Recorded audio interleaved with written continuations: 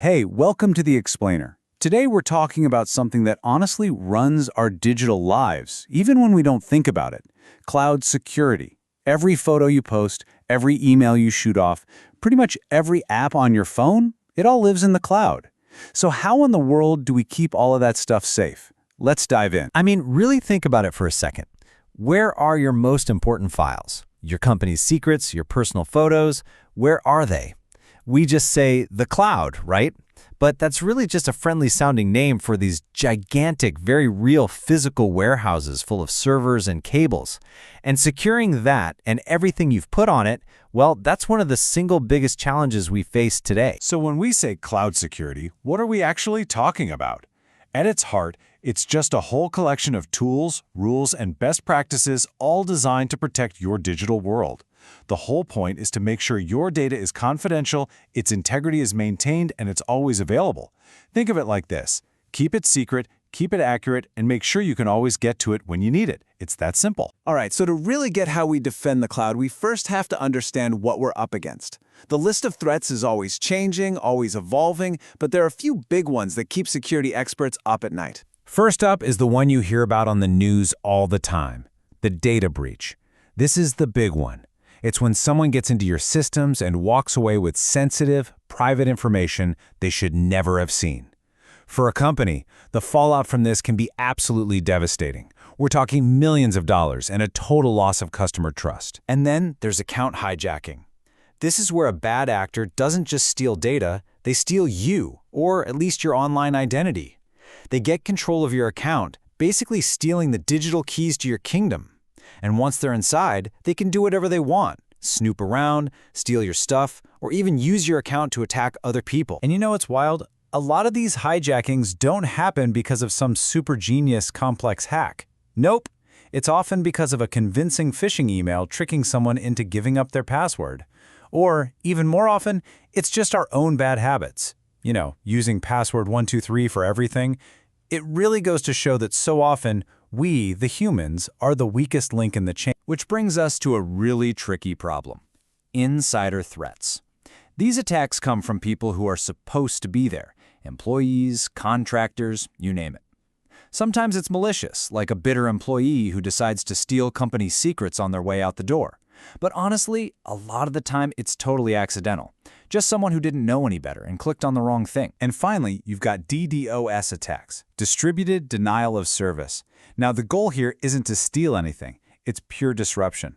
Attackers use a whole army of hacked computers to just flood a website or a service with junk traffic. It's like creating a citywide traffic jam on purpose, right in front of your favorite store.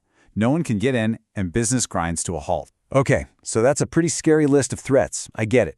But here's the good news. We have a seriously powerful set of tools and strategies to fight back. Building a secure digital fortress isn't some kind of dark art. It's all about applying smart, proven principles step by step. And it all starts right here, with these three core ideas. It's called the CIA triad, and it's the foundation for everything. Confidentiality is about secrecy, making sure only the right people can see the data. Integrity is about trust, making sure the data is accurate and hasn't been messed with. And availability is about access, making sure your stuff is there for you when you need it. Every single security control out there is designed to serve at least one of these three principles. So how do we make that real? Well, controlling who gets in is a perfect example. It's a simple, three-step recipe. First, you give people access based on their job. Makes sense. Then, and this is so important, you apply the principle of least privilege.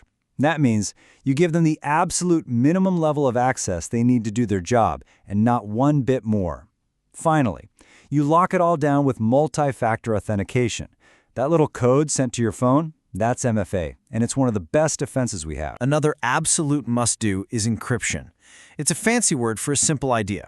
Scrambling your data so it looks like complete gibberish to anyone who doesn't have the secret key to unlock it.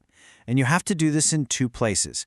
For data at rest, when it's just sitting on a server, and for data in transit, when it's flying across the internet. You have to protect it everywhere. Security isn't just a good idea. A lot of the time, it's actually the law. Depending on your industry, you might have to follow some really strict rules. If you handle credit cards, you've got PCI DSS. If you're in healthcare, there's HIPAA. These frameworks set a baseline of security that isn't optional. It's a requirement. So this all brings up a really important question. Who's actually responsible for doing all of this stuff? Is it the big cloud provider, like an Amazon or a Microsoft?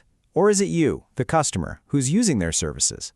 Well, the answer is it's both. It's a team effort. This is a concept called the shared responsibility model, and it's critical to get this right. Here's the easiest way to think about it. The cloud provider is responsible for the security of the cloud. They secure the physical buildings, the global network, all the hardware. But you, the customer, are responsible for security in the cloud. You control who has access, you configure your own applications, and you protect your own data. It's like renting an apartment. The landlord secures the building, but you're still responsible for locking your own front door. But here's the thing about security. It never, ever stands still. As our tech gets better, so do the bad guys. So our defenses have to evolve too. So let's peek around the corner. What's coming next? One of the biggest changes happening right now is a move to something called zero trust. The old way of doing security was kind of like a castle with a moat. If you made it across the bridge and got inside, you were basically trusted. Well, zero trust completely demolishes that idea. Its motto is simple: never trust, always verify. It assumes every single request to access something could be a threat, so it checks and validates everyone and everything every single time, no exception. And that brings us to one last really important question. With threats coming from every direction all the time, is perfect 100% impenetrable security even possible, or is that just a myth? Maybe the real goal isn't perfection. Maybe it's resilience, the ability to get hit, to absorb the blow, recover quickly, and keep moving forward. Building systems that can bend without breaking, now that might just be the strongest defense we could ever hope for.